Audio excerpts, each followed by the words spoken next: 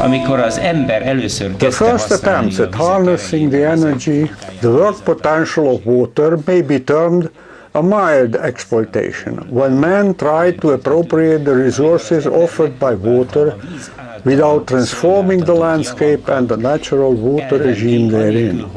A tájat átalakította volna, hogy a táj vízháztartását átalakította. Conservationists claim to have detected traces of deliberate management of the Tisza floodplains and marshes in the medieval age. Inlets or discontinuities in the high banks with a sill roughly 4 to 5 meters above the low water level were used to inundate the lowlands at times of flooding and to drain them at times of recession. These inlets varied in width between a few hundred and several thousand meters. The riparian people appear to have controlled these inlets for their purposes. During the abundant spring flows, the floodplains were filled to promote spawning of fish and irrigation, while the return flow was checked by means of brushwork weirs to prevent the fish from returning to the river. The weirs were then removed and the floodplains were allowed to drain for pasture and farming. The people have learned the regularities of the river regime and to adapt to these for their livelihood. In the medieval age, close to 2/3 of the Great Plains were floodplain. Survival here depended on the ability to adapt to the flow regime and to perform the works needed to make better use of it. The long-forgotten landscape was characterized by vast forests, marshes and a dense network of rivulets and streamlets to which water was supplied by the recurring floods, the wet forests and bogs releasing gradually the flood flow absorbed.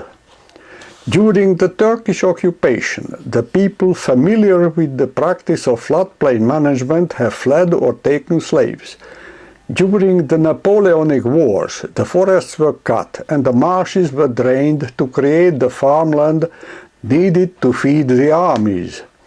The spontaneous local measures implemented have resulted in chaotic conditions, the elimination of which is associated with the names of Vásárhelyi, the engineer, and Count Széchenyi, the organizer.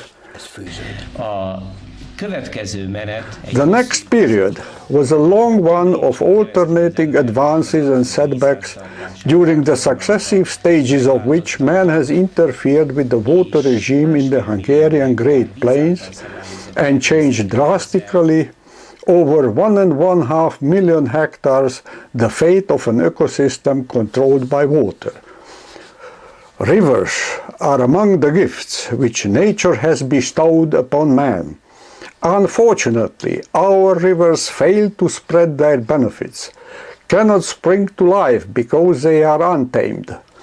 River Tisza, in its present condition, disgorges most of its tremendous water masses to vast expanses of lowlands. Anything claimed as a stream benefit does not apply to rivers in Hungary. Most of our territory is covered with marshes and bogs.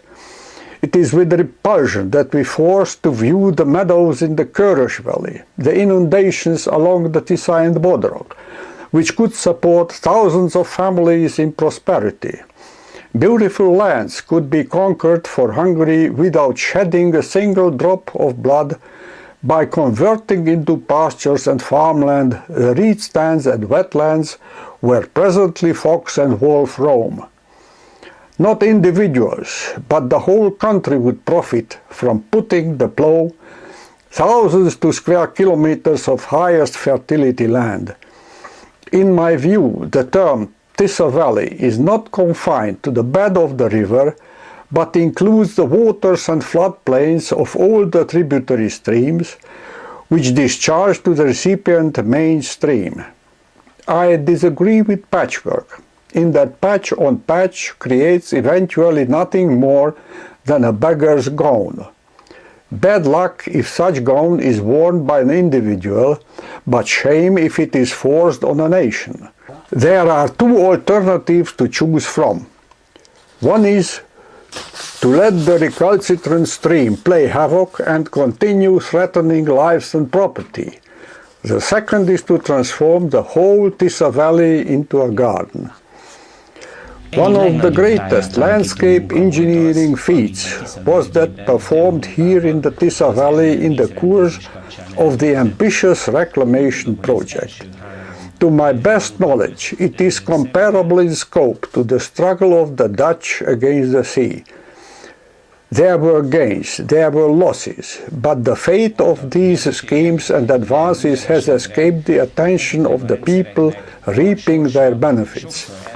Times have changed. I believe that if we trace attentively the events of the last few years, thus the requirements set forth in the Water Framework Directive of the European Union, we will appreciate the emergence of a new approach, the key word of which is partnership. The Hungarian Great Plains is a mosaic landscape in which dry and wet habitats are intricately interwoven. Unfortunately, the natural systems are all too often locked into the trap of cadastral numbers and land use categories, rather than allowing the landscape to function spontaneously. Nature conservation has mistaken its role for decades by focusing attention on rare species instead of broadening its view to the landscape functions. Évtizedeken keresztül azt a hibát, hogy ritka fajok megőrzésében gondolkodott, és nem a táj működésében.